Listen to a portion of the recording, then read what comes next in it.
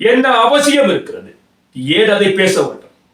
ஏதாவது ஒன்றுக்கு கேள்விக்கு பதில் இருக்கிறதா? கட்டி கிடக்கின்ற எங்கள் கரங்களை உடைத்தறிந்து சிறகு பூட்டி பரப்போம், எழுந்து வா. பூட்டி அறைக்கிலே நீ முனகுவதை நிறுத்து. அழுதழுது களைத்து போன ஒலிகளை துளைத்து விட்டு எழுந்து வா. இது எங்களுக்கான காலம் வடிக்கிறது. தாங்கண்ணாத சுமையுடன் இருக்கின்ற இந்த நெஞ்சில் இருக்கக்கூடிய பாரங்கள் இறக்கப்பட வேண்டுமாக இருந்தால் எங்களுக்கு ஒரு தீர்வு வேண்டும். இலங்கையிலே விழுந்து கிடக்கின்ற எங்களது இனத்தினுடைய விடுதலையை வென்றெடுக்க வேண்டுமாக இருந்தால் ஒட்டுமொத்த தமிழர்களும் ஒரு குடையுங்கள் அணிவகுக்க வேண்டிய ஒரு காலத்தினுடைய கட்டாயத்தில் கடப்பாற்றில் நாங்கள் இருக்கிறோம்.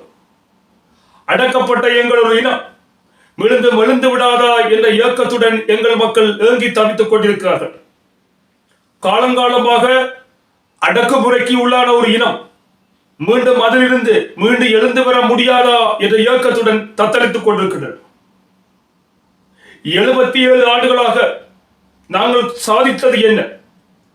கடந்து வந்த சாலைகளை வீழவு ஒருமுறை நாங்கள் திரும்பி பார்க்கின்ற பொழுது எங்களுக்கு தாங்கொண்ணா வலிகள் நெஞ்சத்திலே இருக்கிறது.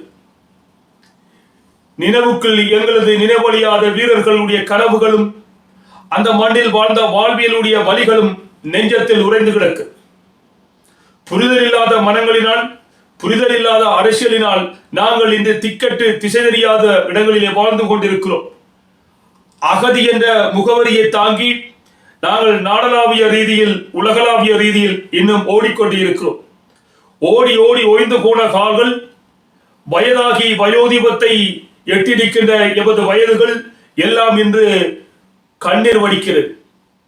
தாங்கண்ணாத சுமைகளுடன் இருக்கின்ற இந்த நெஞ்சில் இருக்கக்கூடிய பாரங்கள் இறக்கப்பட வேண்டுமாக இருந்தால் எங்களுக்கு ஒரு தீர்வு வேண்டும். இந்த தீர்வை தரப்போவது யார்? எப்படி தரப்போகிறார்கள்?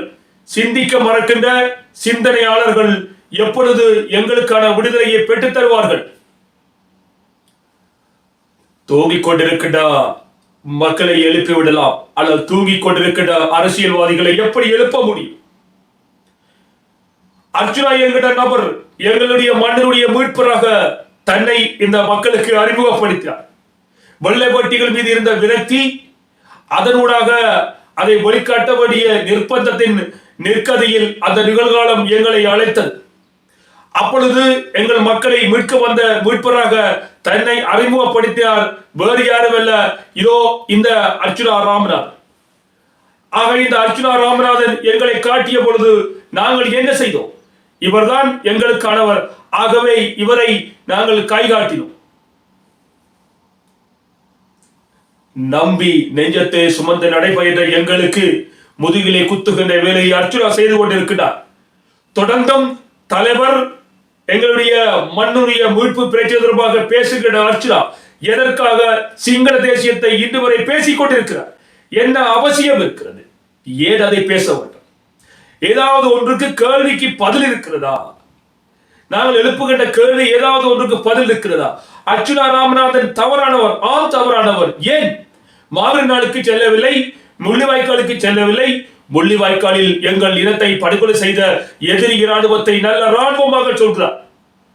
சுதந்திர நாளுக்கு கருப்பு கொடி காட்டிய போது அங்கு செல்லவில்லை. புத்த விகாரைகள் அமைக்கப்பட்ட காணிக்கு நஷ்டஈடு கொடுத்துவிட்டு தமிழுடைய காணிகளை அபகரியுங்கள் என்கிறார். இவ்வாறு தொடர்ந்தும் அவதூறு பரப்பு, நாளுக்கு நாள் வித்தியாசமா பேசிக் கொண்டிருக்கிறார். ஓஜாதாளிகள் 3 ராணுவ நடவடிக்கை. எங்களுடைய மண்ணிலே மிகப்பெரும் இறுதியான மிகப்பெரும் மரபுபலி சமராக ஓஜாதாளிகள் 3 காணப்பட்டிருந்தது. அதில் இலங்கை பேரவாத அரசுடன் பேரம் பேசக்கூடிய ஒரு நிகழ்வை அந்த தமிழுடைய பரம் எடுத்து காட்டியது. ஆனால் அந்த போரியல் வரலாற்றை கூட தவறான வழியிலே இப்பொழுது புகட்ட ஆரம்பித்திருக்கிறார்.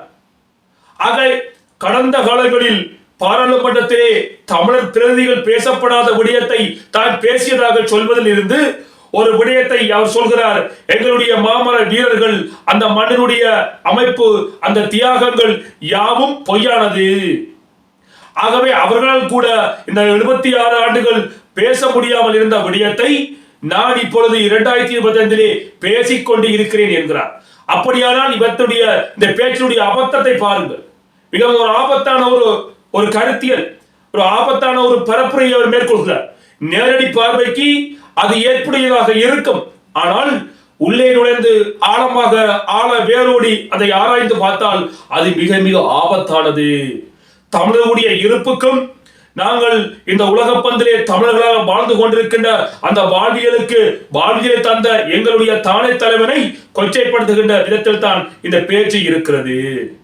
ஆகவே மக்களாகிய நீங்கள் என்ன செய்ய வேண்டும்? இந்த கருத்தை முற்றும் முழுதாக புறந்தள்ளிவிட்டு அவருக்கு எதிர்பாரத்தை எடுத்து வையுங்கள். இந்த எதிர்கருத்துக்களை நாங்கள் எடுத்து வைக்க தவறினால் வருகின்ற நாட்களில் என்ன நடக்கும்? நாங்கள் மீளவும் ஒரு பதுங்கு குழிக்குள்ளே பதுங்க வேண்டிய நிர்பந்தத்தை இவர் ஏற்படுத்துவார். எங்கள் தமிழர் மீது மீளவும் ஒரு தாக்குதல் நடைபெறும், ஒரு வன்மம் அங்கே. ஆகவே என் இனமே என் சனமே சோர்ந்து விடாதே. அர்ச்சுனா ராமநாதன் எமக்கானவர் இல்லர். முள்ளிவாய்க்காலுக்கு போக முடியாத இவர் முள்ளிவாய்க்கால் இன படுகொலை 2015ஆம் ஆண்டுதான் முள்ளிவாய்க்கால் அந்த பேரழிவு இடம்பெற்றதாக சொல்கிறது. இருந்தாவது இவர் யார் என்பதை நீங்கள் அடையாளம் காண வேண்டாமா? ஆகவே உறவுகளை கும்பிட்டு கேட்கிறோம், அர்ச்சுனாவை நம்பாதீர்கள். அவர் எமக்கானவர் அல்ல. அப்படி அர்ச்சுனா நல்லவர் என்று சொல்லி வாதனம் முனைந்தால் பாருங்கள், இது ஒரு கருத்தியல் போர். அர்ச்சுனா வைக்கிற கருத்தியல் தவறானது, இது தமிழருக்கு எதிரானது, ஒரு அபத்தமானது. ஆகவே இந்த கருத்தியல் போரை நாங்கள் எதிர்க்கிறோம். இது தமிழ் மக்களுக்கும் தமிழர் தேசத்துக்கும் எதிரான ஒன்று. ஆகவே இதுவும் ஒரு இட அழிப்பு தான். ஆகவே புலம்பெயர்ந்திருக்கிற தமிழா எழுந்து வா. கட்டி கிடக்கின்ற எங்கள் கரங்களை உடைத்தறிந்து சிறகு பூட்டி பரப்போம், எழுந்து வா. பூட்டி அறைக்கிலே நீ முனகுவதை நிறுத்து. அழுதழுது களைத்து போன ஒலிகளை துளைத்து விட்டு எழுந்து வா.